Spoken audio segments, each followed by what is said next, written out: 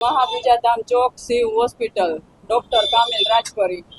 ખાલી જો મારા ઘરવાળાને છે ને ઓઠે ચાંદી જતી ને એમ કીધું કે બેન નોર્મલી સર્જરી કરવાની છે, અને અંદર જઈ અને પેલા તો 50,000 ની જ વાત થઈ હતી ને અંદર લઈ ગયા પછી કે હવે આપણે કેન્સર આવ્યું, કેન્સરનું ઓપરેશન કરવું પડશે ને 4 લાખ રૂપિયા થાય. તોય મેં આ પાડી દીધી કે વાંધો નહીં, હાજા થઈ જાય ને તો કાંઈ વાંધો નહીં એમ. પણ ઓપરેશન કરાવ્યું 1 વર્ષ ને 1 મહિનો થયો તોય હજી કાંઈ સારું નથી. ખાઈ શકતા નથી, પી શકતા નથી ને હાલી શકતા નથી એમ.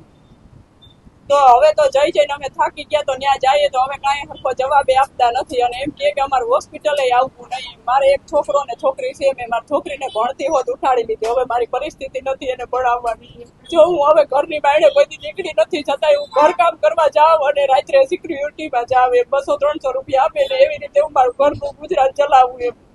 અને એ ડોક્ટર તો હવે કાંઈ એટલે કાંઈ જવાબ જ દેતા નથી એમ. છતાંય હવે 2-3 વખત ગયા ને તો અમારા ઉપર દાવો કરવાનું કે હવે આવશો તો હું તમારા ઉપર દાવો કરી દઈશ. આરોગ્યમાં ગયા બીજે તો જો વકીલ રાખવાનું ઓલું રાખવું એવી મારી કાંઈ પરિસ્થિતિ નથી અને અમને કોઈ પોલીસ વાળા કે કોઈ કાંઈ જવાબ દે નહીં. અમે જઈએ ને તો એ મારા ઘરવાળાને હાજો કરી દે, બીજી મારે કાંઈ જરૂર જ નથી એમ. એને હાજા કરી દે, એ કામે ચડી જાય ને જો ડોક્ટર કીધે કાંઈ ભૂલ થઈ હોય તો એને હરખી સર્જરી કરી દે, બીજું કાંઈ નહીં. બીજું ડોક્ટરના કરમ જાણે, હું બીજું કાંઈ પૈસા લેવાની કાંઈ વાત જ નથી કરતી. હરખું એને ઓપરેશન કરી અને એને હાજા કરી દે, એક જ મારી માંગ છે, બીજી કાંઈ મારી માંગ છે નહીં. ઘણું દુઃખ થાય, રોજ ઓલું કરીએ પણ રોજ કોને બતાવવા જાવું? કોઈ તો કઈ સાથ સપોર્ટ કરવા રોજ તો આપણી ઘરે આવે નહીં. મારી છોકરી એ રોજ રોવે, મારો છોકરો એ રોવે કે મમ્મી મારે ભણવું, મારે ડોક્ટર બનવું, પણ હવે મારી એવી કાંઈ પરિસ્થિતિ નથી કે હું મારા છોકરાને ભણાવી કરાવી શકું. હું જ્યારે મારા પપ્પાનું ઓપરેશન કરાવ્યું હતું ત્યારે તો પૈસા હતા, ત્યારે હું ભણતી હતી, બધું સરખું જ હતું. ઘરમાં પણ મારા મમ્મીને કામ કરવાની જરૂર નથી. પણ જ્યારે ધીરે ધીરે પછી કેટલું ગોળું થાય, પછી મારા પપ્પા બિચારા કંઈ ખાઈ નહોતા શકતા, કંઈ પી નહોતા શકતા, તો ધીરે ધીરે આખા શરીરમાંથી બધું ઉઈ ગયું, રસી કેટલા નીકળે એટલે એવું બધું થઈ ગયું. પછી બિચારા પપ્પા હાલી ન શકે તો કામ શું કરી શકે? એક ડ્રાઈવર હોય એ હાલી ન શકે તો હરકી રીતના બેહીને આખા રાતના ઉજાગરા બધું કેમ કરી શકે? તો પછી બહુ મારે કેટલું બોલું કરવું. ડોક્ટર એમ કહે કે કઈ જવાબ નથી આપતા. પછી અમારે કંઈક તો કરવું કે નહીં. મારા મમ્મી કેટલું કામ કરી શકે.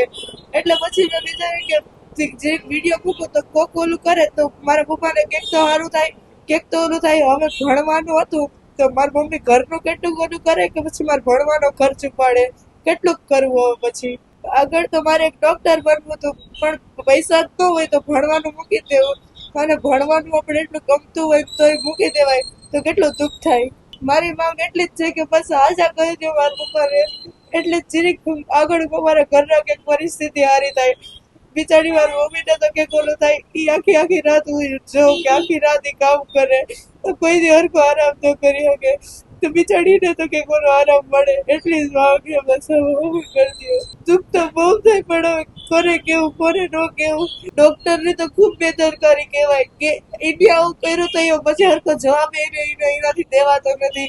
એમ કે તમે અમારે આવતા નહીં ને આમ ને તેમ ને, પછી અમારે શું કરવું? એમ કે તમારા ઉપર દાવો કરી દેવું. તો હું કામ દાવો કરી દેવું? અમારે શું વાંક હતો એમાં?